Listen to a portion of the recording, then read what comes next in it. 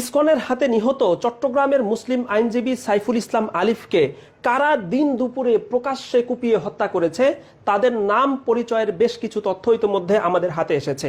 এর পাশাপাশি এই ঘটনায় বিএনপি কেন নীরবতা অবলম্বন করছে, কেন বিএনপি নেতা আমির খসরু চৌধুরী ইসকনের পৃষ্ঠপোষক অমিত শাহের সাথে মিটিং করেছিলেন, কেন সাইফুল ইসলাম আলিফকে গোসল ছাড়া বিনা গোসলে দাফন করা হয়েছে এবং রয়টার্সের মতো আন্তর্জাতিক পত্রিকায় বাংলাদেশের হিন্দু সাংবাদিকেরা কেন অপপ্রচার চালাচ্ছেন, এমন বেশ কিছু তথ্য, কথা এবং ঘটনা নিয়ে আপনাদের সামনে হাজির হয়েছি। আমি শাহ মোহাম্মদ খালিদ, আপনারা দেখছেন এমবিএ টাইমস। দর্শক, গতকাল দুপুর ৩টায় চট্টগ্রামের মেথরপট্টি এলাকায় সাইফুল ইসলাম আলিফকে কারা কুপিয়ে হত্যা করেছেন তার বেশ কিছু তথ্য প্রমাণ ইতিমধ্যে আমাদের হাতে এসেছে। আমরা যদি এখানে দেখাই, ভাইরাল হওয়া একটি ছবি যেখানে ৮-১০ জন ইসকনের উগ্রবাদী সন্ত্রাসীদেরকে দেখা যাচ্ছে, যাদের হাতে ছুরি আছে, বটি আছে, এবং এদের মধ্যে একজন সেই ব্যক্তিকে ছবিতে দেখা গেলেও পরবর্তীতে তার বিস্তারিত নাম পরিচয় আমাদের হাতে এসেছে। তাদের একজনের নাম হচ্ছে শ্রী শুভকান্তি দাস, নিজের নামের শুরুতে তিনি শ্রী লাগিয়েছেন। শুভকান্তি দাস তিনি চট্টগ্রামের মেথরপট্টি এলাকায় গতকালকে সেখানে ছিলেন এবং তিনি চট্টগ্রামে বসবাস করেন এবং খুব সম্ভবত তিনি চট্টগ্রাম সিটি কর্পোরেশনের একজন পরিচ্ছন্ন কর্মী হিসাবে কাজ করেন। এরপর আমরা যদি আরেকটি দৃশ্য দেখি, যে দৃশ্যে এই যে গেরুয়া টি শার্ট পরা, আমরা জানি যে গেরুয়া যে কালার সেটি হচ্ছে মূলত ভারতের বিজেপি এবং উগ্রবাদী হিন্দুদের একটি আদর্শিক রং বলা হয় এই গেরুয়া রংকে। এই গেরুয়া টি শার্ট পরিহিত এবং মাথায় হেলমেট রয়েছে, তার হাতে বিশাল একটি ছুরি রয়েছে এবং এই ছুরি দিয়ে তিনি যে অপকর্ম করেছেন সেই দৃশ্য আমরা এখানে দেখতে পাচ্ছি। এখানে আমরা যদি দেখাই, ভিডিওটি একটু পজ করে, এখানে গেরুয়া টি শার্ট পরিহিত ব্যক্তি তিনি এখানে রয়েছেন এবং এটাকে আমরা আরেকটু পরে দৃশ্যটি দেখাতে বলছি। তো সেই জায়গাটিতে এই ভিডিওটি ধারণ করা হয়েছে চট্টগ্রামের মেথরপট্টি এলাকায় রঙ্গম টাওয়ার নামে একটি উঁচু ভবন রয়েছে, সেই ভবনের ছাদ থেকে। এবং সেই ভবনের সামনে আমরা যদি আরেকবার একটু লক্ষ্য করি, এখানে গেরুয়া পোশাক পরিহিত যে ব্যক্তি আছেন, যার হাতে বিশাল বড় ছুরি আছে, সেই একই ব্যক্তি তিনি এখানে মেথরপট্টিতে এই জায়গাটিতে রয়েছেন। এখানে আমরা যদি আরেকটি মিল দেখাই, এখানে তার মাথায় যেমন হেলমেট আছে, সেই হেলমেটটিও কিন্তু এখানে ভিডিওতে আরো পরিষ্কারভাবে দেখা যাচ্ছে। এবং এখানে যদি আমরা দেখি, সাইফুল ইসলাম আলিফ তিনি উপর হয়ে পড়ে আছেন এবং তাকে নারকীয়ভাবে হত্যাযজ্ঞ চালিয়ে তাকে দুনিয়া থেকে বিদায় করার অপচেষ্টাটি করা হয়েছে। এবং ভিডিওটি যদি আমরা আরেকবার চালু করি, তাহলে এখানে নিশ্চয়ই আপনারা পুরো দৃশ্যটি দেখতে পাবেন। এই গেরুয়া পোশাক পরিহিত ব্যক্তি তিনি এই যে এখানে কোপ দিচ্ছেন, একটি, দুটি এবং তিনটি, তিনি তার হাতের বিশাল বড় ছুরি দিয়ে সাইফুল ইসলামের মাথার যে পেছনের অংশ সেখানে অন্তত 3টি কোপ দিয়েছেন। এই ব্যক্তি ইতিমধ্যে সামাজিক মাধ্যমে ভাইরাল হয়েছেন। দর্শক, এখানে এর পরের যে বিষয় সেটি নিয়ে আমরা যদি একটু আপনাদের সামনে নিয়ে আসি, সেটি হচ্ছে যে বিএনপি এই ঘটনায় কেন নীরবতা অবলম্বন করছে। বিএনপি বাংলাদেশের প্রধান রাজনৈতিক দল এবং কিছুদিন পর তাদের ক্ষমতায় আসার সম্ভাবনাই সবচেয়ে বেশি। কিন্তু লক্ষণীয় বিষয় হচ্ছে, গতকালকে দুপুর 3টা থেকে আজকে বিকাল 4টা, অর্থাৎ একদিনের অতিরিক্ত সময় পার হয়ে গেলেও এখন পর্যন্ত বিএনপির পক্ষ থেকে এই ঘটনায় কোনো রকম মতামত প্রকাশ করা হয়নি। এবং এক্ষেত্রে দুটো বিষয় আসলে আমরা দৃষ্টি আকর্ষণ করতে চাই। একটি হচ্ছে যে অমিত শাহ, যিনি ভারতের বিজেপি সভাপতি, স্বরাষ্ট্রমন্ত্রী, তো যাকে ইসকনের এই উগ্রবাদী কার্যক্রমের প্রধান পৃষ্ঠপোষক মনে করা হয়, সেই অমিত শাহের সামনে একেবারে নতজানু হয়ে, দুই হাত এভাবে সামনে দিয়ে একেবারে নতজানু হয়ে তার সামনে কাচুমাচু অবস্থায় দাঁড়িয়ে আছেন বিএনপি নেতা আমির খসরু চৌধুরী। এবং এর সাথে আরেকটা ঘটনাকে যদি আমরা যুক্ত করে আপনাদেরকে জানাই, যে কিছুদিন আগে চট্টগ্রামে জাতীয় পতাকার উপরে গেরুয়া পতাকা, হিন্দুত্ববাদী ইসকনের পতাকা সেখানে উত্তোলন করা হয়েছিল এবং সেই ঘটনায় রাষ্ট্রদ্রোহ মামলা দায়ের করা হয়েছিল এবং সেই মামলাতেই কিন্তু চিন্ময় কৃষ্ণকে গতকালকে আদালত থেকে কারাগারে নেওয়া হয়েছে। আমরা যে ঘটনাটি জানাতে চাই, যে সেই ঘটনায় বিএনপির চট্টগ্রামের একজন স্থানীয় নেতা তিনি মামলা করেছিলেন এবং সেই মামলার কারণে বিএনপির পক্ষ থেকে তাদের সেই স্থানীয় নেতাকে কিন্তু দল থেকে বহিষ্কার করা হয়েছে। তো আমরা যদি একটু বিশ্লেষণ করে দেখি, যে একদিকে এই ঘটনায় বিএনপি একদিনের অতিরিক্ত সময় অতিক্রম হওয়া সত্ত্বেও তারা কোনো মতামত জানায়নি, অপরদিকে বিএনপি নেতা আমির খসরু চৌধুরী তিনি অমিত শাহের সামনে নতজানু হয়ে দাঁড়িয়ে আছেন এবং একই সাথে এই ঘটনায় অর্থাৎ ইসকনের বিরুদ্ধে এবং চিন্ময় কৃষ্ণের বিরুদ্ধে রাষ্ট্রদ্রোহের মামলা করার কারণে বিএনপির একজন নেতাকে দল থেকে বহিষ্কার করা হয়েছে।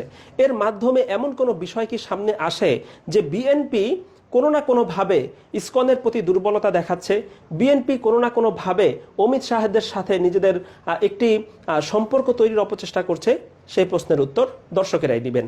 আমরা যদি এর পরের দৃশ্যটি দেখাতে চাই, যে রয়টার্স যেটিকে আন্তর্জাতিক সংবাদ মাধ্যম বলা হয়ে থাকে, সেখানে বাংলাদেশের একজন হিন্দু সাংবাদিক যিনি রয়টার্সে কাজ করে থাকেন, তিনি যেই কাজটি করেছেন তার নাম হচ্ছে রুমা পল, এবং তিনি মূলত রয়টার্সের বাংলাদেশ প্রতিনিধি। তিনি রয়টার্সে যে সংবাদটি পাঠিয়েছেন সেভাবেই কিন্তু সেখানে এটি প্রকাশ করা হয়েছে। সেখানে লেখা হয়েছে যে একজন মুসলিম আইনজীবী যিনি চিন্ময় দাসের পক্ষে ডিফেন্স করছিলেন, অর্থাৎ চিন্ময় দাসের পক্ষে ওকালতি করছিলেন, সেই কারণে তাকে কোর্টের বাইরে কুপিয়ে হত্যা করা হয়েছে। অর্থাৎ ঘটনাটি এখানে এমনভাবে লেখা হয়েছে যে সাইফুল ইসলাম আলিফ যিনি শহীদ হয়েছেন, তিনি নাকি এখানে সেই চিন্ময় দাসের পক্ষের আইনজীবী ছিলেন, এবং চিন্ময় দাসের পক্ষে ওকালতি করার কারণে তাকে মুসলিমরা কুপিয়ে হত্যা করেছে। এই ধরনের একটি বিভ্রান্তিকর এবং ঐচ্ছিকভাবে চরম মিথ্যাচারপূর্ণ সংবাদ আন্তর্জাতিক সংবাদ মাধ্যম রয়টার্সে পাঠিয়েছেন তাদের বাংলাদেশ প্রতিনিধি।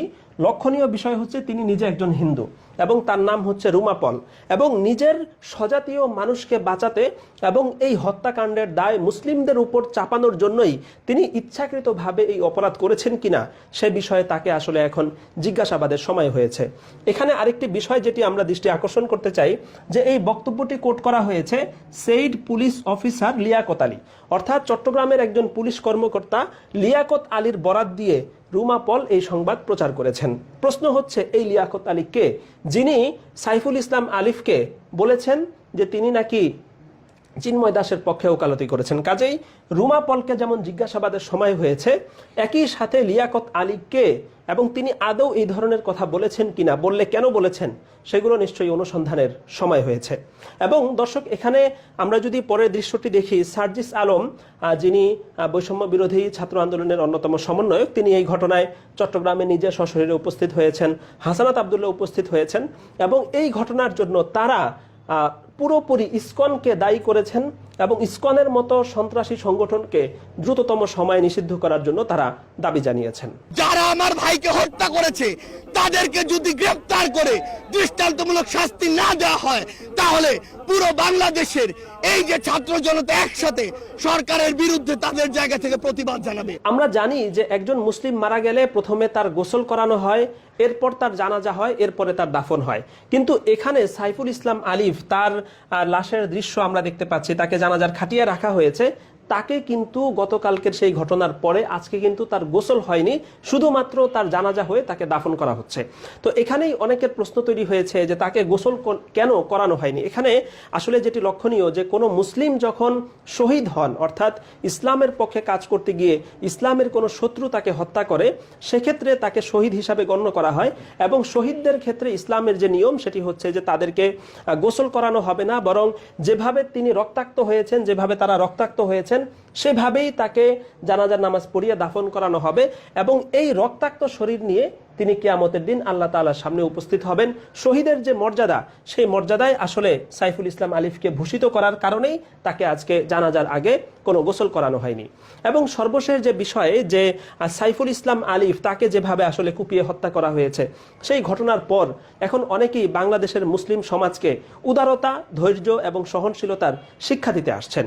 কিন্তু যারা মুসলিমদেরকে শিক্ষা দিতে আসছেন তারা কি জানেন যে মুসলিমরা যদি উদারতা এবং সহনশীলতার পরিচয় না দিত, তাহলে গতকালকে সাইফুল ইসলাম আলিফকে উগ্রবাদী হিন্দুরা কুপিয়ে হত্যা করার পর আজকে একদিনে চট্টগ্রাম শহর রক্তের বন্যায় ভেসে যেত। আজকে বাংলাদেশের টেকনাফ থেকে তেতুলিয়া হিন্দুদের ঘরবাড়িগুলোকে মাটির সাথে কিন্তু মিশিয়ে দেওয়া হতো, যে দৃশ্য আমরা সাধারণত নিয়মতান্ত্রিকভাবে ভারতে দেখতে পাই।